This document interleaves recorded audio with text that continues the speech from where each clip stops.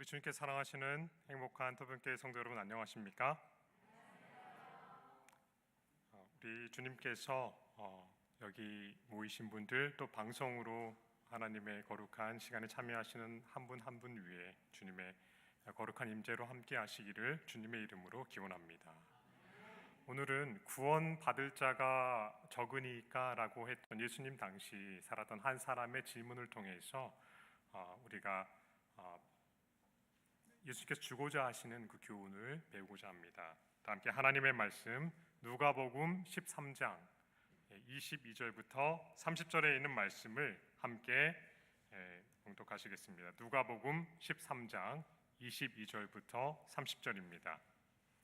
예수께서 같이 읽겠습니다. 예수께서 각 성, 각 마을로 다니사 가르치시며 예루살렘으로 여행하시더니 어떤 사람이 여짜오되 주여 구원을 받는 자가 적으니이까 그들에게 이르시되 좁은 문으로 들어가기를 힘쓰라. 내가 너희에게 이르노니 들어가기를 구하여도 못하는 자가 많으리라. 집 주인이 일어나 문을 한 번 닫은 후에 너희가 밖에 서서 문을 두드리며 주여 열어주소서 하면 그가 대답하여 이르되 나는 너희가 어디에서 온 자인지 알지 못하노라 하리니 그때에 너희가 말하되 우리는 주 앞에서 먹고 마셨으며 주는 또한 우리의 길거리에서 가르치셨나이다 하나 그가 너희에게 말하여 이르되 나는 너희가 어디에서 왔는지 알지 못하노라. 행악하는 모든 자들아 나를 떠나가라 하리라. 너희가 아브라함과 이삭과 야곱과 모든 선지자는 하나님 나라에 있고 오직 너희는 밖에 쫓겨난 것을 볼 때에 거기서 슬피 울며 이를 갈리라. 사람들이 동서남북으로부터 와서 하나님의 나라 잔치에 참여하리니 보라 나중된 자로서 먼저 될 자도 있고 먼저 된 자로서 나중될 자도 있느니라 하시더라. 아멘. 여러분, 예수님을 만난다면 어떤 질문을 가장 먼저 하고 싶으십니까?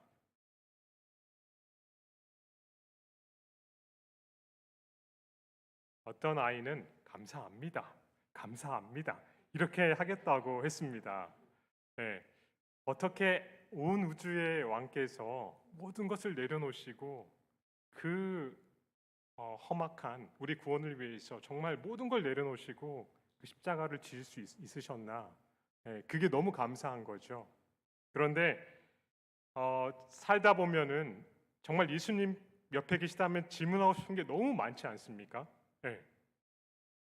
내가 왜 그토록 힘든 일을 겪도록 내버려 두셨나요? 내가 오해받을 때, 내가 실직했을 때, 내가 고통당할 때, 정말 내가 사랑하는 사람과 사별하게 됐을 때, 그리고 그렇게 간절히 기도할 때 예수님 뭐 하셨나요?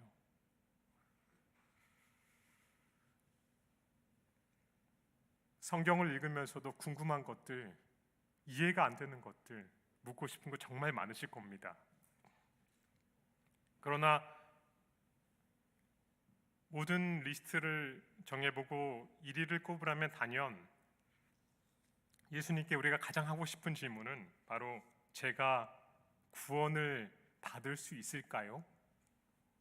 가 아닐까 이렇게 생각이 됩니다. 여기 예수님께서 이 땅에 계실 때에 어떤 사람이 예수님께 질문을 합니다. 단도직입적으로 주님, 제가 구원 받을 수 있을까요? 라고 질문하기에는 너무나 자신도 없고 겸연쩍은 것 같아요. 그래서 돌려서 질문을 합니다. 마치 고등학생이 혹은 학생이 대학 총장님께 제가 이 대학 입학할 수 있을까요? 라고 묻기가 좀 그래서, 그리고 자신의 형은 상태나 이런 걸 다 알려서 진단을 받고 내 상태를 알리기도 좀 그렇고, 그러니 이 대학 입학생 많이 받나요? 라고 질문하는 것과 비슷하다고 할까요? 여튼 질문은 이렇습니다.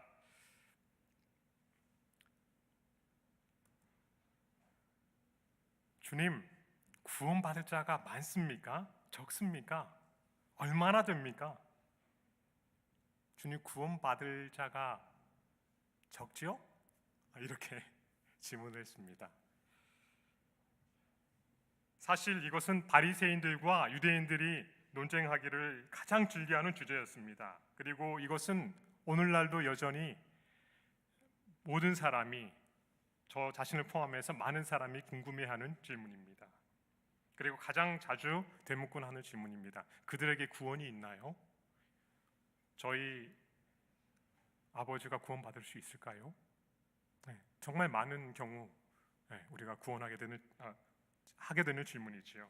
그런데 예수님께서 하신 대답, 우리는 주의 깊게 들을 필요가 있습니다. 왜냐하면 우리의 구원과 직결되는 문제이기 때문입니다. 그런데 예수님께서는 우리 본문을 읽어보면 직접적인 대답을 피하십니다. 아니, 일부러 회피하시는 것 같습니다. 구원 얻을 자의 많고 적음에 너의 관심을 둘 것이 아니다. 너 자신의 구원에 대해 깊이 생각하라. 구원 받을 사람의 많고 적음이 아니라 너 자신의 구원에 대해 생각하라. 그리고 그 구원에 합당하게 살라고 말씀하시는 것 같습니다. 오늘 본문을 통해서 주님의 대답을 구체적으로 두 가지로 답변을 주셨는데요. 첫 번째는 뭐라고 대답하셨습니까? 좁은 문으로 들어가기를 힘쓰라라고 하셨습니다. 구원에 대해서 말씀하시면서 처음 대답은 좁은 문으로 들어가기를 힘쓰라는 것입니다. 동문서답 같은, 무슨 뚱딴지 같은 소리입니까? 구원 얻을 자가 적습니까? 물었는데, 그래, 매우 적으니 최선을 다하거라, 이것도 아니고, 아니야, 많다, 너무 많아, 셀 수 없는 무리야, 이렇게 용기를 주시는 것을 기대했을지 모른데, 그러나 좁은 문으로 들어가기를 힘쓰라니요. 그러나 우리 주님께서 구원에 대한 질문에 직접 하신 답이니 우리가 주의 깊게 들어야겠습니다. 저는 이 주님의 답에서 특별히 두 단어에 더 오늘 살펴보기를 원하는데요. 첫 번째가 좁은 문입니다. 구원의 시작은 좁은 문으로 들어가는 데서 시작합니다. 구원에 이르는 길은 바로 좁은 문으로부터 시작된다는 이 말씀은 한꺼번에 누군가에게 끼어서 덩달아 구원에 들어가지 못한다는 말씀입니다. 오히려 예수님과의 개인적인 관계를, 깊은 관계를 통해서 홀로 서는 경험을 통해서 들어가는 것을 말씀하고 있습니다. 왜냐하면 좁은 문으로 둘이나 여럿이 함께 들어갈 수 없기 때문입니다. 따라서 예수님께서는 구원은 수의 많고 적음이 아니라 너 개인이 하나님 앞에 서는 경험, 즉 이것을 좁은 문이라고 표현하셨는데요, 하나님 앞에 홀로 개인적으로 서는 경험을 통해서 시작된다고 말씀하시는 것입니다. 또한 이 좁은 문은요, 구원받을 자의 자세에 대해서 말해주고 있습니다. 들어가는 자는 자아 부정, 자기를 부정하는 태도를 지닐 때에 거기를 통과할 수 있습니다. 우리가 마태복음 7장 13절이나 19장 24절을 통해서도 분명히 알 수 있고요. 구원에 관계없는 모든 것은 버려두고 내려두고서야 들어갈 수 있습니다.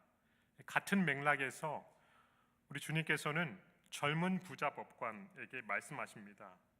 그는 많은 사람의 선망의 대상이 되는 재물과 명예와 지위를 매우 이른 나이에 가진 사람이었습니다. 그는 구원의 확증까지도 얻기를 바랐습니다. 그래서 예수님께 나아왔습니다. 선한 선생이여, 제가 무엇을 하여야 영생을 얻으리이까? 그런데 예수님께서는 좁은 문을 제시하십니다. 가서 내 소유를 다 팔아 가난한 자들에게 나누어 주고 나를 따르라고 말씀하십니다.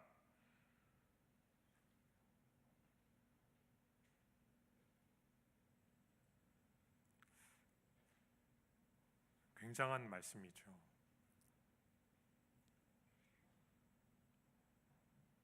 구원의 소용이 없는 일에 어쩌면 그는 그의 가장 큰 관심을 두었는지 모릅니다. 그리고 그의 구원에 그것이 가장 큰 장애가 될 것이었는지도 모르겠습니다. 주님께서는 그것을 보여주시고 그것을 내려놓고 제거하고 좁은 문으로 들어오라고 말씀하십니다. 그에게 구원으로 초청하신 것입니다. 그런데 그는 많은 재물로 인하여 매우 근심하면서 돌아갔습니다. 구원의 문 앞에서 그만 영원히 돌아서고 만 것입니다. 좁은 문은 개인적이며 자아를 부정함으로 시작되는 구원의 역사를 설명해 줍니다. 낙타가 바늘귀로 들어가는 것이 불가능한 것처럼 우리는 스스로 그 문으로 들어갈 수는 없습니다.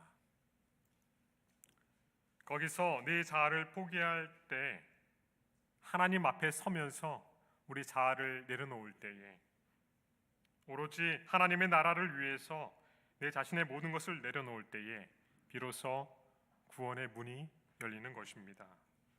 두 번째 단어는 힘쓰라 좁은 문으로 우리 좁은 문은 덩달아 들어가거나 끼어서 들어가는 게 아니라 하나님 앞에 개인적으로 서는 경험이라고 한다면 그렇게 되기를 힘쓰라라고 하셨습니다.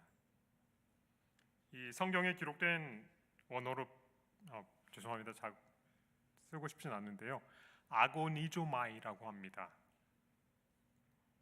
이것은 그러니까 저도 모르는 용어가 굉장히 많은데 스포츠 용어가요. 우리 운동을 잘하는 친구들은 잘 알지 않습니까? 네. 헬라어로 스포츠 용어인데요. 선수들이 운동 경기에서 상을 얻기 위해 노력하는 것을 말할 때 쓰는 말입니다. 고군분투하여 싸우는 것을 가리키고요. 고린도전서 9장 25절과 골로새서 1장 29절에 이 단어를 사용하고 있습니다. 마치 김연아가 동계올림픽 금메달을 목에 걸기 위해 최선을 다해서 노력하는 것처럼 또 발레리나로서 세계 정상에 섰던 강수진의 어떤 발도 너무 유명한데요.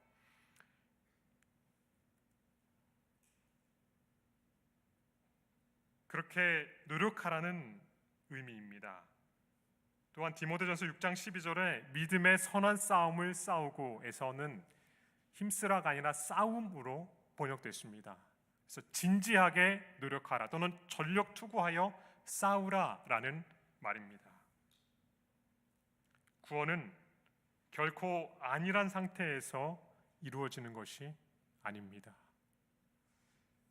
도덕적인 순결을 위해 노력할 뿐 아니라 하나님께 나아가는 것을 방해하는 모든 내적인 그리고 외적인 것들을 적극적으로 대항하고 싸우는 것을 포함하고 있습니다.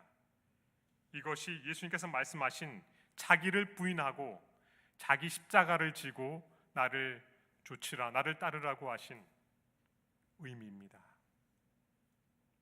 여러분, 우리는 싸우는 자들입니다. 군인이고요. 싸우는 자들이에요. 내적으로 꿈틀거리며 저항할 수 없이 다가오는 육적 본능에 대해서 싸워야 합니다. 죄에 대한 욕망과 싸움은 치열한 전쟁입니다. 잠시도 한눈 팔 수 없는 사활이 달린 문제입니다. 나태하고 게으르게 만드는 것들 정말 많습니다. 수많은 채널을 통해서 들어오고 더 발전하여서 거스르기 어려울 정도로 우리에게 다가오고 있습니다. 수많은 볼거리와 들을거리, 부절제를 통해 유혹의 문호가 열립니다. 외적으로, 내적으로 사단은 끊임없이 공격을 가하고 있습니다. 시험을 가하고 있습니다. 그리고 적당한 타협을 향해서 그럴듯한 이유들로 우리에게 타협을 하고 사탕발림을 하면서 여기에 대해 우리는 영적으로 살아있고 예리하게 저항해야 합니다. 싸워야 합니다. 힘써야 합니다. 전력 투구하여 저항해야 합니다. 주님의 능력과 승리의 약속을 힘입어 우리는 전투에서 승리를 위해 힘써야 합니다. 마치 운동 경기를 위해서, 그 승리를 위해서 최선을 다하는 사람들처럼 말입니다. 지난 10월 31일 토요일 밤이었는데 교문리교회와 토평교회 청년들의 풋살 경기가 있었습니다. 최근 몇 년 동안 계속 교문리교회가 이겼다고 합니다. 우리 교회에서는 우리 청년회장인 이선명 청년회장과 특별히 이 전민기 청년이 잘 다리를 놔서요 참여하게 됐는데 남청년이 한 10명 정도, 우리 김은석, 김한경, 아쉽게도 김한경 청년은 이제 같이 오기로 했었는데 그날은 좀 사정이 있었는데요. 그리고 장호동, 이희상, 이희찬, 서민재, 고3이고 대인 면접을 앞두고 있는 친구인데 토평교의 명예를 위해서 한 쿼터도 쉬지 않고 5게임을 다 뛰었습니다. 누군가 옆에서 서민성 형제가 있으면 못지않게 잘 뛴다 이렇게 얘기를 해줬는데 그날 보지는 못해서 아쉬웠습니다. 우리 또 조기축구회를 나가는 김은석 청년은 이 중간에서 얼마나 우람하게 막는지 교문리 청년들이 감히 넘보지를 못한 것 같습니다. 그리고 우리 장호동 청년은 막 이렇게 인어공주처럼 이렇게 아예 공을 다 막아내고 굉장한 활약들이 있었습니다. 우리 정성묵 전사님은 2게임을 얼마나 최선을 다해서 뛰었는지 폐에서 피냄새가 날 정도로 최선을 다해서 뛰었다고 합니다. 정말 운동을 잘하는 전도사님이었습니다. 또 우리 이희찬, 이희상, 형제가 얼마나 또 콤비가 잘 맞는지 한 명 한 명이 정말 토평교의 명예를 걸고 최선을 다해서 뛰는 걸 볼 수 있었습니다. 그리고 정말 몇 년 만에 큰 승리를 얻고 즐거워했습니다. 좋은 보고를 드릴 수 있어서 정말 행복한데요. 청년들이 정말 최선을 다해서 뛰었습니다. 그러나 우리의 씨름은 이 혈과 육에 대한 것이 아니요. 에베소 6장 12절에 뭐라고 말하고 있습니까? 정사와 권세와 이 어둠의 세상 주관자들과 하늘에 있는 악한 영들에 대함이라. 여러분, 승리를 주실 그 영광스러운 하나님의 도우심을 믿으며 내적으로 외적으로 수없이 다가오는 이 사탄의 유혹에 맞서서 믿음의 선한 싸움을 열심히 싸우시는 여러분과 제가 되기를 간절히 바랍니다. 여기 질문자의 질문의 핵심은 시제가 뭡니까? 미래에 가 있습니다. 구원을 받을 자가 적습니까? 라고 해서 미래에 가 있는데요. 예수님의 대답은 현재 시제에 있습니다. 힘쓰라. 이것은 구원에 있어서 현재의 삶, 현재의 상태가 얼마나 중요한지를 주님께서 친히 말씀하신 것입니다. 하나님 나라에 최종적으로 들어간다는 의미로 구원은 미래의 것이지만, 미래에 속한 것이지만 그 구원을 결정하는 것은 현재라는 것입니다. 현재 내 신앙의 자세와 삶이 그 두렵고 큰 미래를 이루게 될 것입니다. 사랑하는 성도 여러분, 여러분의 현재 상태는 어떠합니까? 나의 현재의 모습은 두렵고 큰 그 구원에 나에 합당합니까? 혹 좁은 문으로 들어오셨습니까? 자기를 부정하고 예수님을 따르기로 결정했습니까? 오늘 또 영혼을 제적하여 오는 내부의 욕망과 사단의 시험으로부터 이기기 위해서 힘쓰고 계십니까? 매우 비통한 이야기지만 우리가 전적으로 정신을 차리고 하나님의 손을 굳게 붙잡지 않는다면 이 가운데 매우 극소수만이 구원에 이르게 될 것입니다. 예수님께서 이어서 말씀하십니다. 제 얘기가 아니고요. 누가복음 13장 24절 하단에 내가 너희에게 이르노니 들어가기를 구하여도 못하는 자가 많으리라. Because many, I tell you, we try to enter and will not be able to. 정말 들어가고 싶은데 들어가지 못할 자들이 많다고 말씀하십니다. 구원의 문은 좁은 문이라고 표현하기도 하셨지만 그나마도 정해진 기간이 있다는 것을 가리키고 있습니다. 이어서 하신 말씀이 그것을 증명해 줍니다. 문이 닫힌 후에 들어가고자 하나 들어가지 못할 자들이 많이 있을 것이라고 말씀하세요. 기한이 지난 뒤에는 불가능한 것입니다. 노아의 홍수 때에 방주의 문이 닫힌 뒤에 두드리는 자가 있었으나 허사였습니다. 빗방울이 몰아칠 때에 구원해달라고 줄여달라고 하였으나 하나님께서 닫으신 문을 능히 열 자는 없었습니다.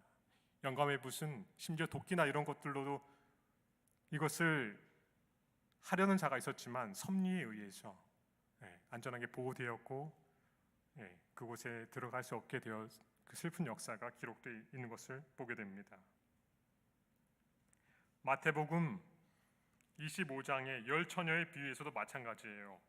구원의 때가 지난 후에 많은 사람이 들어가기를 구하여도 아무 소용이 없는 것입니다.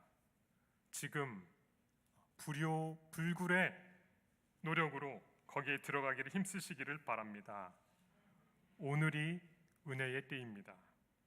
아직 죄책감이 있고 구원에 대한 갈망이 있을 때 지나치거나 미루지 않게 되시는 여러분과 제가 되기를 간절히 바랍니다. 저는 수많은 분들과 개인적으로 성경 공부를 하게 되었습니다. 정말 구원에 이르기를 간절히 원하고 진실한 분들이었습니다. 성경을 함께 공부하고 지난 날을 돌아보시면서 눈물을 많이 흘리셨습니다.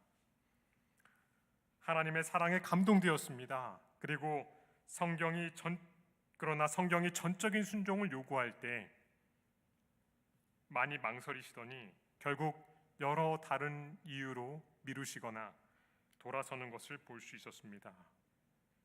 오늘 주님을 간절히 바라지만 거기에 참여하지 못할 자가 많다고 주님은 말씀하십니다. 오늘 그분의 음성에 순종하고 악에 대항하여 내면적으로 외적으로 싸우는 자에게 구원이 있을 것입니다. 두 번째로 예수님께서 이렇게 답변하십니다.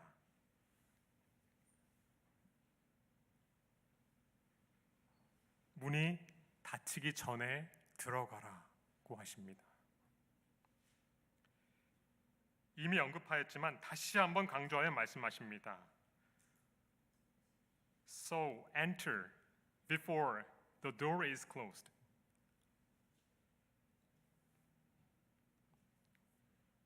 25절 같이 읽겠습니다. 집주인이 시작.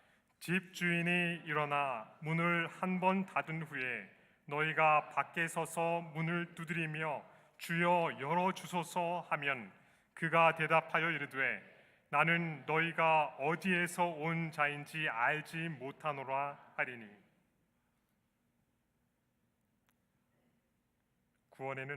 구원의 초청에는 시간적 제한이 있습니다. 언제 그 초청이 끝인지는 아무도 알지 못합니다. 개인적으로 죽음을 맞이하는 순간이 그 문이 닫히는 순간입니다. 또는 내 마음이 딱딱해져서 더 이상 성령의 음성에 반응하지 않을 때에 그 문이 닫히게 될 수도 있습니다. 그러한 제한이 있기 전에, 문이 닫히기 전에 구원의 길로 들어가시고 주님의 간절한 호소에 귀기울이시는 여러분과 제가 되기를 간절히 바랍니다. 이 구원은 지리적, 혈연적, 친문적 차이와 관계없이 모든 사람은 개인적으로 구원의 문이 열려 있습니다. 그러나 그 기간이 다한 후에는 기회가 더는 없게 될 것입니다. 먼저는 친분 관계와 상관없다고 우리 주님께서 말씀하십니다. 26절에서 27절입니다. 같이 읽겠습니다. 그때에 너희가 말하되 우리는 주 앞에서 먹고 마셨으며 주는 또한 우리의 길거리에서 가르치셨나이다 하나 그가 너희에게 말하여 이르되 나는 너희가 어디에서 왔는지 알지 못하노라 행악하는 모든 자들아 나를 떠나가라 하리라. 우리나라 사람들에게도 그렇지만 유태인들에게는 특별히 함께 먹고 마시는 것은 매우 가까운 친분 관계를 의미합니다. 여기 주님과의 친분 관계로 구원을 보장받으려는 사람들이 나옵니다. 주님, 우리 같이 먹고 마셨잖아요. 우리 친하잖아요. 분명 그들은 주님과 안면이 있다고 주장했습니다. 방금 읽으신 이 본문과 평행절인 마태복음 7장 22절에서 그들은 심지어 주의 이름으로 귀신까지 내쫓았다고 말합니다. 70인 제자들을 파송 시에 그들이 주님께 돌아와서 보고한 가장 놀라운 이적은 귀신을 쫓아내는 일이었습니다. 주님의 이름으로 가장 큰 기적까지 행사한 친분 있는 자라고 주장했지만 우리 주님께서는 하신 대답은 가장 비극적입니다. 내가 너희를 도무지 알지 못하니. 이것은 이스라엘 공동체에서 범죄자를 추방할 때 사용하는 관용적인 표현이라고 합니다. 진짜 모르는 게 아니라요. 이 같은 공동체에서 추방할 때에 도무지 알지 못한다라는 이 관용적인 표현. 그래서 하나님께서 그들을 알지 못한다라고 하시는 것입니다. 그들이 주님과 외형적인 친분이 있었는지는 모르지만 내면의 친밀함이 없었던 것입니다. 진정한 의미에서 개인적으로 말씀을 순종하며 결단하고 악에서 떠나는 투쟁이 없었기에 그들은 개인적인 체험으로 주님을 알지 못했습니다. 그래서 주님은 모른다고 하십니다. 아니, 모른다는 정도를 넘어서서 행악하는 자들아 또는 불법을 행하는 자들아 라는 표현을 마태복음에서는 서슴지 않고 하고 있습니다. 교회에 다니고 직분을 맡고 주님의 이름으로 많은 일을 행했으나 개인적으로는 좁은 문을 통과한 경험이 없는 사람, 현재의 삶에서 힘써 악과의 투쟁함이 없이 그 친분과 자신의 공로만을 의지한 자들을 주님께서는 행악하는 자 혹은 불법을 행하는 자와 동일하게 여기십니다. 그리고 분리를 선언하십니다. 나를 떠나가라. 엄청난 분리와 심판의 선언입니다. 목사이든 장로이든 집사이든 성도이든 개인적으로 하나님 앞에 서는 경험이 없는 한 그 무슨 직분을 맡았건 구원과는 상관이 없을 수도 있습니다. 악에서 떠나는 과감한 결단을 하시는 여러분과 제가 되기를 간절히 바랍니다. 28절과 29절에는 이렇게 예수님께서 말씀하고 계십니다. 같이 읽겠습니다. 너희가 아브라함과 이삭과 야곱과 모든 선지자는 하나님 나라에 있고 오직 너희는 밖에 쫓겨난 것을 볼 때에 거기서 슬피 울며 이를 갈리라. 사람들이 동서남북으로부터 와서 하나님의 나라의 잔치에 참여하리니. 구원은 혈연적, 지리적 관계도 상관없음을 말씀하십니다. 부모님이 목사님이시기에, 장로님이시기에, 혹 집사님이시기에 나도 덩달아 구원받는 일은 없습니다. 정말 하나님과 야복강에서의 개인적인 씨름을 통해서 분이에 이스라엘, 하나님과 괴로 이겼다는 이름을 받고 하나님을 대면하여 보았으나 생명이 본효됐다는 그 이름을 받은 믿음의 조상들은 하나님의 나라에 있겠지만 그 조상의 부모의 은덕에 힘입어 구원받으려 한 제2, 제3의 중고품 신앙은 구원에는 자리가 없는 것입니다. 그들의 자리는 바깥 어두운 데라고 말씀하고 계시는 것입니다. 슬피 울며 이를 갈미 있을 것이다. 이것은 위로할 길이 없는 비참한 절망의 상태를 표현하는 당시의 말이었습니다. 절망적인 후회의 상태를 넘어 주를 향한 적대감까지 표시하는 최악의 상태입니다. 그리고 이렇게 말씀을 마치고 계십니다. 30절입니다. 같이 읽겠습니다. 보라, 나중된 자로서 먼저 될 자도 있고 먼저 된 자로서 나중될 자도 있느니라 하시더라. 원래 성경은 마지막 된 자로서 처음 된 자도 있고 처음 된 자로서 마지막 되는 자도 있다고 기록되어 있습니다. 시간적 선후가 중요한 것이 아닙니다. 먼저 믿기 시작한 것이 중요한 것이 아닙니다. 먼저 부르심을 받은 백성, 이스라엘, 유태인들, 오히려 이방인들보다 천국에서는 뒷자리에 서게 됨을, 아니 어쩌면 역사적으로 자리가 없게 됨이 드러났습니다. 먼저 청함을 받은 것보다 더 중요한 것은 말씀에 대한 개인적인 반응입니다. 우리가 재림교회 다녔다고 어느 훌륭한 분의 자제라고 구원을 얻는 것이 아닙니다. 하나님에 대한 나의 개인적인 반응인 것입니다. 우리 주님께 사랑하시는 형제자매 여러분, 우리의 구원의 날이 전보다 더욱 가까웠습니다. 그리고 예수님 당시 이 한 사람이 했던 질문은 영원한 구원과 운명에 대해서 보다 직접적인 강력한 답을 오늘 우리에게 주고 있습니다. 우리는 구원을 얻을 사람이 많은지 적은지 알 길이 없습니다. 그러나 우리 주님께서는 아십니다. 그러나 직접적으로 우리에게 대답해 주지 않으셨어요. 그것이 중요한 것이 아니라 내가 구원받기에 합당한가 물으십니다. 미래가 아닌 현재 내가 구원에 합당한지를 물으십니다. 오늘 여러분과 저의 대답은 무엇입니까? 부자 청년 법관처럼 세상의 것을 미련을 남겨놓고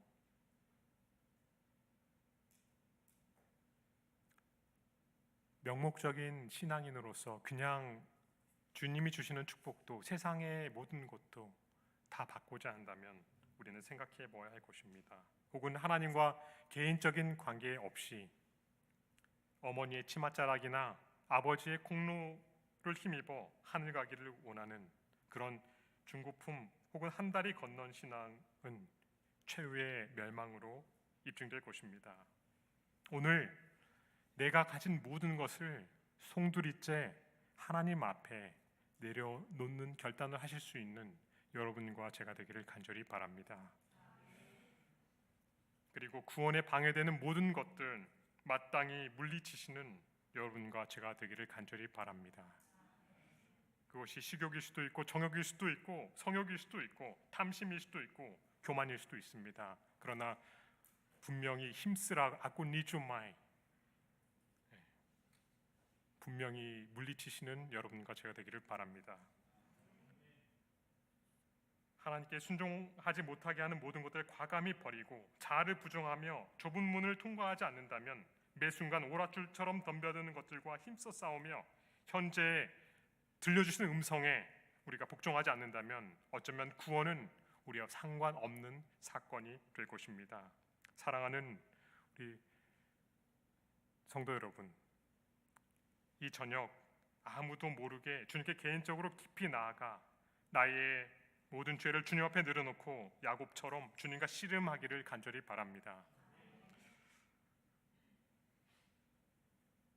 좁은 문으로 들어가기를 힘쓰십시오. 기회의 문이 닫히기 전 주님의 은혜로 오늘 그 가운데로 들어가는 여러분과 제가 되길 간절히 바랍니다. 바울이 그의 편지서에서 여러 번 얘기했습니다. 보라, 오늘이 바로 은혜 받을 만한 때요. 보라, 오늘이 구원의 날이다. 결코 미루지 마시고 오늘 예수님과 개인적인 관계를 다시 착실하게 시작하게 되시는 여러분과 제가 되길 바랍니다. 그렇게 결심하시는 분들은 자리에서 일어섬으로 결심을 표해 주시기 바랍니다.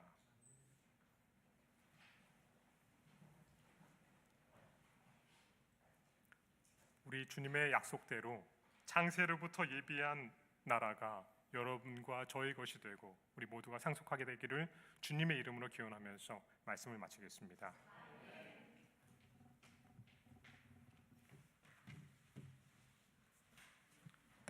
말씀 감사합니다. 마치는 찬미